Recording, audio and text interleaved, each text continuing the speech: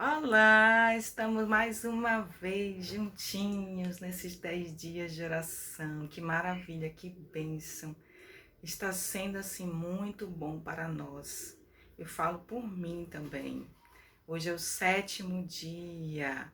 Nós já estamos na reta final. Percebemos que nós trabalhamos a individualidade espiritual e a espiritualidade em família. E nós tivemos o primeiro tema, a prioridade das prioridades, o segundo tema, a verdadeira felicidade, o terceiro tema, atividades espirituais em família, depois eram os familiares, depois veio a medicina da família, depois a missão em família e hoje, investimentos seguros para a família. Então, todos esses 7 itens são importantes para a nossa vida espiritual e a nossa vida física, emocional, financeira. Nós somos um ser completo, Deus nos fez assim. Então, nós devemos nos dedicar por integralmente a Ele, para a honra e glória dEle. E para a nossa felicidade, porque quando fazemos isso, nós temos a verdadeira felicidade. Não é isso? Então, neste momento, vamos orar ao Senhor, clamar a Tua presença, que Ele esteja conosco neste momento. Ó Santo, Santo, Santo e Excelentíssimo Deus, Criador de todas as coisas, ó Senhor, quão bom e quão maravilhoso está na Tua presença, estar no Teu altar, dedicando o nosso tempo, dedicando a nossa mente, dedicando todo o nosso ser para Te buscar, Senhor. Ó, quão maravilhoso, ó Pai, é reconhecer-Te como Senhor das nossas vidas, é reconhecermos que nós não somos nada sem o Senhor, nós somos pó, porque do pó fomos criados. Mas, Senhor, reconhecemos que o Senhor é Deus, que nos fez, que faz o nosso coração bater, o sangue circular, faz o nosso pulmão respirar o ar, tirar dele o oxigênio, separando de todos os outros gases, que é impressionante, a gente vê milagre em todo o nosso ser. Louvado seja o teu nome, Senhor. Louvado seja e já agradecemos o Senhor, porque nós sabemos que o Senhor ouve a petição daqueles que creem e creem em Ti, daqueles que Te buscam, daqueles que se arrependem dos seus maus caminhos também, Senhor. Que o Senhor ponha arrependimento em nossos corações, que o Seu Espírito nos convença do pecado, da justiça e do juízo, que é uma das funções dele, mas que também, ó Pai, nos transforme e nos ajude a termos os seus frutos, o fruto do amor, da paz, da mansidão, do domínio próprio, da longanimidade, da benignidade, da bondade, da paciência. Todos os frutos do teu Espírito, Senhor, estejam em nós, trabalhem em nós. O Senhor nos dá a paciência, o Senhor nos dá a perseverança, mas para tudo isso o Senhor também nos dá coisas para trabalhar essas partes do Espírito, porque muitas pessoas acham que o Senhor simplesmente dá, e eles e não sabem ou não conhecem que através de algumas situações o Senhor também nos treina, porque o Senhor nos fez com poder para isso, o Senhor nos fez com capacidade para isso. Então, muitas vezes as coisas nos advêm para que a gente produza fruto do Espírito. Então, nós precisamos de certas coisas na nossa vida. Tem coisas que já foram mudadas, tem coisas que ainda serão mudadas. E nós cremos que o Senhor estará conosco o tempo inteiro. inteiro. Nós podemos, ó Pai, passar pelo vale da sombra da morte, mas o Senhor estará conosco. Nós podemos passar pelo rio, nas correntezas, mas o Senhor estará conosco. Nós podemos passar pelo fogo, mas o Senhor estará conosco. E nesse momento o Senhor estará nos moldando, trabalhando assim como fez com Moisés, que foi criado uma parte com a mãe, aprendendo os fundamentos da sua fé, os fundamentos preciosos que vêm do Senhor, mas também foi criado pela filha do faraó, em conhecimentos seculares, em guerra. Então ele se tornou esse misto de pessoa. E para ser um ser guiado por ti, para libertar o seu povo do Egito, precisava ser lapidado. E o Senhor levou ele para o deserto. E lá o Senhor fez a sua obra na vida daquele homem. E ele se tornou um homem manso. E ele se tornou um homem tranquilo. Aquele que matou um egípcio, agora não mata nenhuma ovelha. Então, ó Pai, aquele que tinha tantos conhecimentos para tantas coisas, agora vai cuidar de seres tão dependentes dele, que são as ovelhas, que é a sua família. Então, o Senhor transformou agora um sacerdote do lar, o Senhor transformou agora ele num homem exemplo para a família, para a sociedade. Que bênção, que maravilha. É isso que nós queremos para a nossa vida, Senhor. Nós precisamos ser transformados e vivermos diante do teu altar e sermos felizes porque o Senhor deseja que sejamos bem-aventurados. Aleluia. Louvado seja o teu santo nome. Que a tua palavra, Pai, fale ao nosso coração, em nossa mente, e que ela faça morada em nós, e que ela seja fincada em nós, para que possamos estar firmes em Ti. Em nome de Jesus. Amém. Hoje, investimentos seguros para a família, nós vamos trabalhar o texto que está em 1 Timóteo, no capítulo 6, do 6 ao 10. Vamos destrinchar um pouquinho como temos feito essa semana nos versos trabalhados, e a gente vai ver quantas bênçãos a gente pode investir em família. E aí no verso 6 diz: de fato, grande fonte de lucro é a piedade. Piedade. A piedade, ela tem dois significados. A piedade é você ser zeloso com as coisas de Deus, né? Gostar das coisas de Deus. Mas também a piedade é você cuidar dos outros. Cuidar daqueles que precisam de você, que precisam também de Deus. E aí ele diz isso: de fato, grande fonte de lucro. Grande fonte de lucro. Por quê? Porque você está dedicando o seu tempo para coisas certas. Nós vamos ver. É a piedade com o contentamento. Você ser piedoso, feliz, e traz felicidade. Ajudar as pessoas traz felicidade. Você sente paz, você se sente cheio, porque o Espírito Santo te preencheu e você está então ali, ó, fazendo o trabalho dele. Tem muitas pessoas que fazem esse trabalho, mas não tem Deus. E aí, mesmo fazendo esse trabalho, né, que satisfaz a alma e satisfaz mesmo a alma, o que acontece com essas pessoas? Elas, às vezes, permanecem em tristeza. Porque falta Deus, falta o preenchimento. Porque o sentido disso não é Deus, não é o amor que Deus colocou no seu coração. Não é o amor que Deus colocou no coração. E sim, eu vou dar porque eu sei que eu vou para o céu se eu fizer doação. Eu vou doar porque eu vou ajudar aquela pessoa, porque eu sei que Deus vai afofar a minha cama. São promessas, sim, que Deus faz. Né? Ele disse isso, está em Salmos.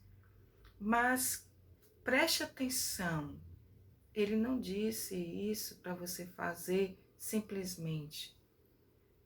Mas antes dele dizer isso, ele diz, me busque, confie em mim. Entenderam? É por aí. No 7 diz, porque nada temos trazido para o mundo. Nada que está aqui no mundo. Nada que você tem, né? Você quando nasceu, você não trouxe, tudo já existia. Tudo já existia. Até o que você tem, casa, carro, já existia antes de você ter. De outras formas já existia. Não é isso? Temos trazido para o mundo. Nem coisa alguma podemos levar dele. Então são coisas imprescindíveis, né? Nosso coração não pode estar nas coisas desse mundo. Juntar os tesouros no céu. Não é verdade? Lá em Mateus 6, que a gente viu no segundo dia, a verdadeira felicidade. E aí a gente vê que a nossa mente, o nosso ser tem que estar firmado nas coisas de Deus. Não quer dizer que eu não vou comer o pão da preguiça, ou que eu vou comer o pão da preguiça. Não posso, né? Eu não posso. Porque o pão da preguiça faz com que a minha casa rua, como está lá em Eclesiastes. A preguiça faz com que a gente não conserte as coisas que precisam consertadas, não resolva problemas que precisam ser resolvidos, não busque o melhor para a nossa família, não é? Mas o que ele está dizendo aqui é que nós temos que ser contentes, sendo piedosos, cuidando das coisas de Deus, cuidando dos outros. E também esse contentamento é porque nada é nosso. Tudo que você tem, sabe o mordomo? O mordomo, ele cuida de uma casa de gente que tem muito dinheiro. Porque essa pessoa busca, né, ou tem uns afazeres muito grandes, muito ocupado, e a sua casa, ela é complicada de lidar sozinho. Então arranja um administrador do lar, que o mordomo é isso, um administrador do lar. E aí esse mordomo vai cuidar de tudo que está ali, naquela casa. Tudo. Vai ajudar a esposa, se ela também não for atarefada com esse trabalho, né? Porque às vezes marido e mulher são sócios em algum empreendimento e aí contrata o mordomo. Ou às vezes é tão rico, a mulher não deixou de trabalhar ou não quis trabalhar, ou algumas são dondoquinhas, né? A gente sabe, mas não vamos entrar nesses métodos aqui agora. O que acontece? É um auxiliar para ela. Mas o que o mordomo faz? Ele cuida de tudo. Nós somos assim. Deus nos abençoa, Deus nos possibilita para que a gente cuide, porque não é nosso, é dele. Se a gente tiver esse pensamento, né, como diz no verso 6, a piedade, cuidar como se fosse tudo de Deus, porque é de Deus, então todas as nossas atitudes mudarão. A gente não fará qualquer coisa, nem de qualquer jeito. Não é? A gente não vai fazer.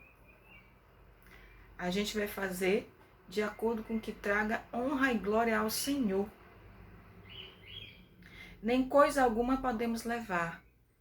Muita gente se preocupa assim, eu vou fazer uma poupança para o meu filho para a faculdade. Joia, joia. Mas antes de tudo isso que você fez, eu vou fazer uma poupança para a faculdade do meu filho, que muitos americanos até fazem, alguns brasileiros fazem. Desde que o filho nasce, vai colocando dinheiro na poupança. Aí tem 2 filhos, tem 2 poupanças, uma para cada um, né? Tem uns que investem em previdência privada para os filhos, porque querem que os filhos sejam engajados, mas não ensinam os filhos a lidar com isso. Não ensinam. Não ensinam com os filhos a lidar com o seu tempo. Não ensinam os filhos a cuidar das coisas que têm. Não ensinam os filhos a dar valor àquilo que têm. Em que sentido? Que as coisas não são assim, não vêm por acaso. A mãe e o pai suam bastante para isso. Aí vem o pai e a mãe dá ao filho, não, toma isso aqui para você, celular de última geração, um carro conversível, ou então um carro de luxo, né? E o filho não sabe nem lidar com, digamos assim, ele às vezes não sabe lidar com o não ter, porque tudo o que quer pede ao pai e à mãe, a mãe dá. Alguns até se sacrificam para dar ao filho. Se sacrificam para dar ao filho. E cadê o valor que o filho vai dar? Cadê o valor que o filho vai dar? Aquilo que você desprendeu. Você está ensinando a ele a ser preguiçoso. Você está ensinando a ele a ser consumista.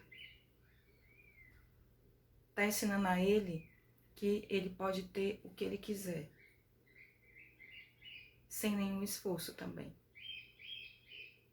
E aí quando ele descobrir que não é verdade, ele vai se virar contra você, ele vai começar a ser um resmungão, ele vai ser mais preguiçoso do que já é, ele vai se frustrar, porque ele não aprendeu a ter contentamento com as coisas que realmente devemos ter. E nem a dar valor ao seu esforço. Por isso que a gente precisa ensinar muitas coisas aos nossos filhos. Eu vou continuar, depois eu volto para isso. No verso 8, tendo sustento e com que nos vestimos estejamos contentes. Então, o que é supérfluo tem que ser secundário na nossa vida. E aí a gente vê o que é difícil, né? É difícil viver num mundo consumista como esse. Mas nós vamos ver algumas coisas ainda.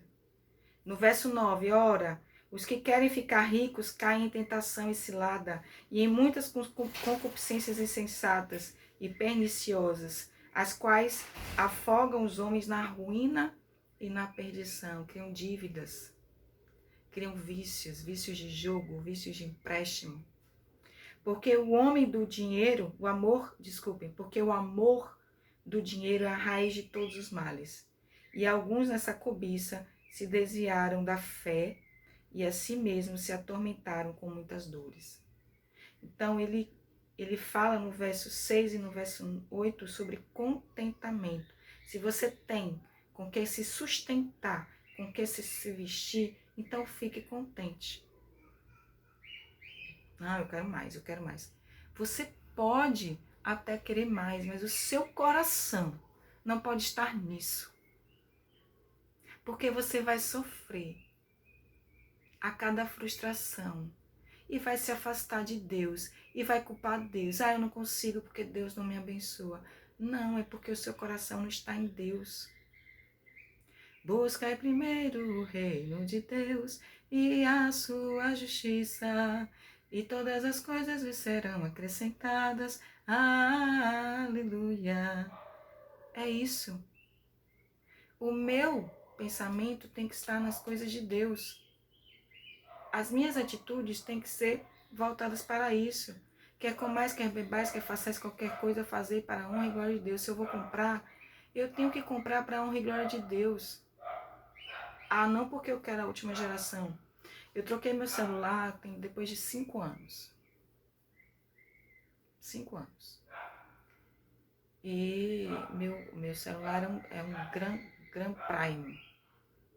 Ele me serviu durante 5 anos. Por que eu troquei? Porque o touchscreen dele estava terrivelmente ruim. E trocar o touchscreen, né, o touch, o que acontece? É muito caro. Às vezes é o valor quase do celular, dependendo do quanto você gastou no seu, né? E aí eu precisava agora de um celular com mais memória. Por quê? Porque eu ia começar a dar aulas remotamente, ia ter que baixar aplicativos para fazer as aulas, porque a gente tem que aprender a fazer o melhor, como se fosse para Deus. A gente não pode fazer as coisas de qualquer jeito, não. Isso que eu estou dizendo. Tudo para a honra e glória de Deus. Nós precisamos fazer assim. Então eu precisava de um celular com memória, uma memória maior. E quanto maior a memória, realmente é mais caro o celular.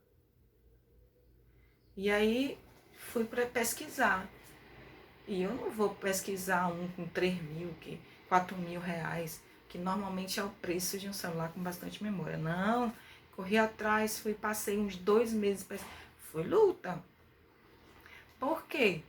Porque Deus me abençoou e eu tenho que me contentar com a coisa que resolve o meu problema. Porque também a obra de Deus precisa de sustento. Eu também preciso ajudar quem precisa de mim. Eu também preciso ajudar dentro da minha casa. Eu não posso estar gastando o que Deus me deu, né, com as faculdades usadas por Ele, para eu fazer tudo de qualquer coisa e comprar coisas supérfluas. Não. Eu tenho que comprar aquilo que eu realmente preciso.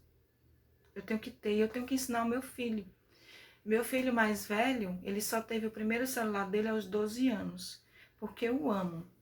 O pequenininho, ele tinha, às vezes, ele comprei um tablet para ele quando era menorzinho, com 7 anos eu comprei um tablet para ele, e eu deixava com o tempo. Eu tenho um de 5 que usa o meu ou do pai rarissimamente. Rarissimamente.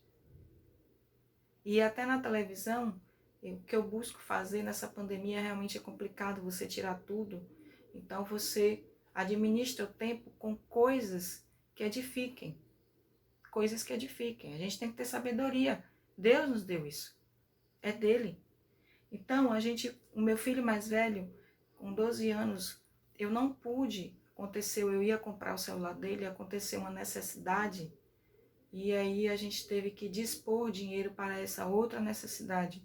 Então, o que eu ia comprar o celular dele, acabei desviando para outra finalidade. Porque eu tenho sabedoria que Deus me deu. Não vem de mim, vem de Deus. Ele me deu.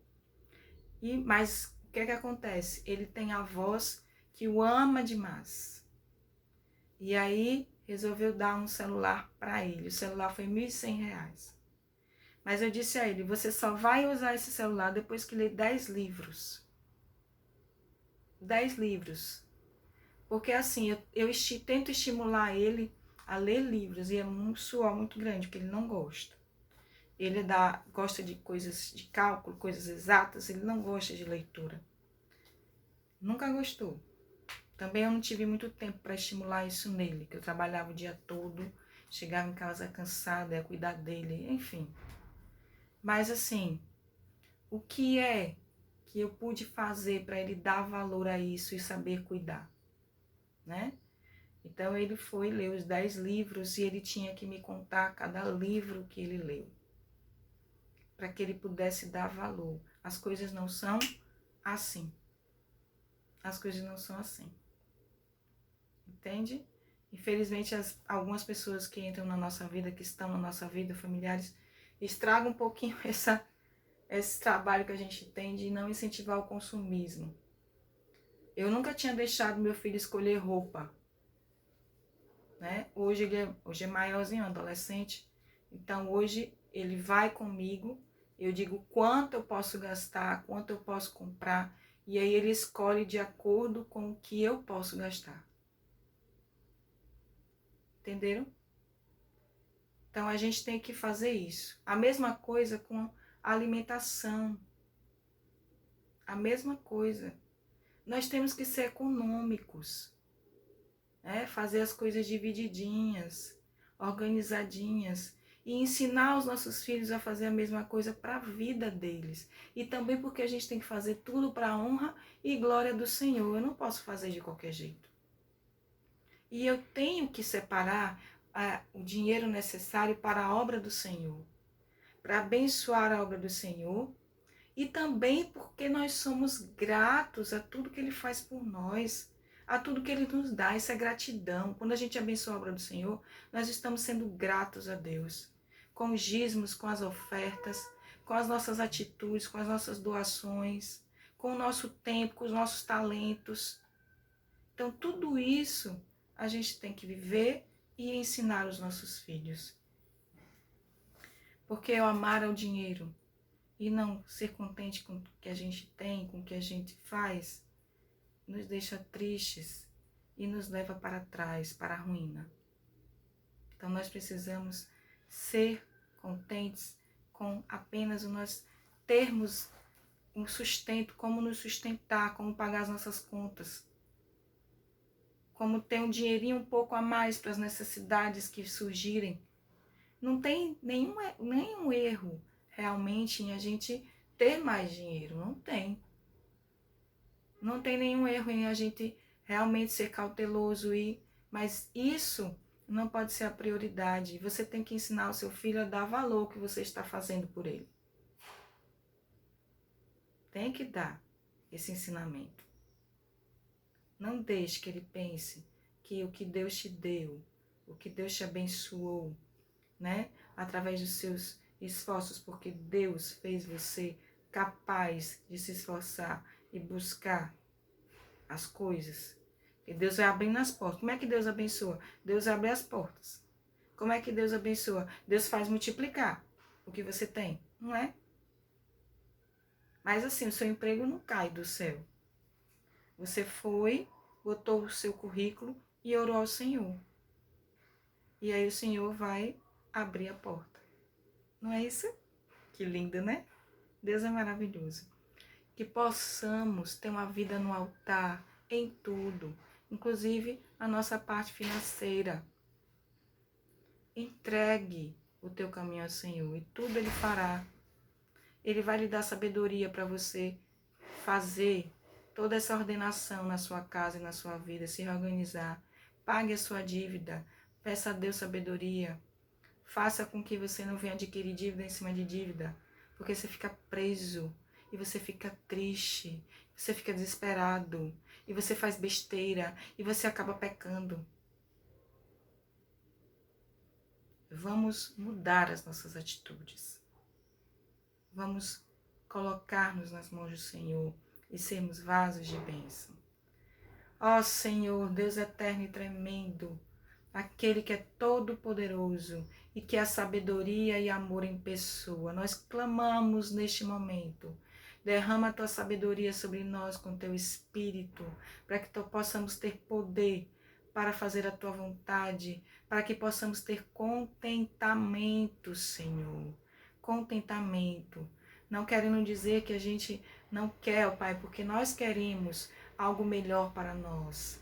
O Senhor também nos deu essa vontade, mas que o nosso coração não esteja nisso. Que nós façamos o primeiro ato de buscar ao Senhor, o segundo ato de ver as possibilidades, o terceiro ato de colocar nas suas mãos, que nós sabemos que o Senhor abençoará. Assim também como o nosso lar, nos ajude a sermos contentes dentro do nosso lar com o que nós temos, não dando lugar para as coisas tão supérfluas, Senhor. Ensinando aos nossos entes como sermos, né, mordomos das coisas que o Senhor nos deu, das coisas que o Senhor nos concedeu, das coisas que o Senhor nos proporcionou, para que eles possam ter uma vida também regalada, mas também uma vida de contentamento. Ó grande Deus, Tu és Deus e poderoso e sábio. Os seus pensamentos são infinitamente maiores que os nossos. Então, faz com que essa sabedoria, esses pensamentos recaiam sobre a nossa mente e que possamos ser mordomos fiéis, mordomos que te agradam, Senhor. Dá-nos um dia na Tua presença, que os Seus caminhos, ó Pai, sejam os nossos caminhos, que a Tua palavra seja nosso guia, que Teu amor esteja em nós, em nome e por amor de Jesus. Amém. Que o Senhor te abençoe e te guarde, que o Senhor faça resplandecer sobre ti o seu rosto e que o Senhor sobre ti derrame paz. Amém.